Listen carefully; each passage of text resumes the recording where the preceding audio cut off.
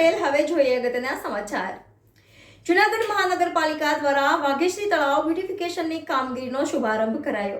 Reporter Girish Tolwala, NN news, Junagadh.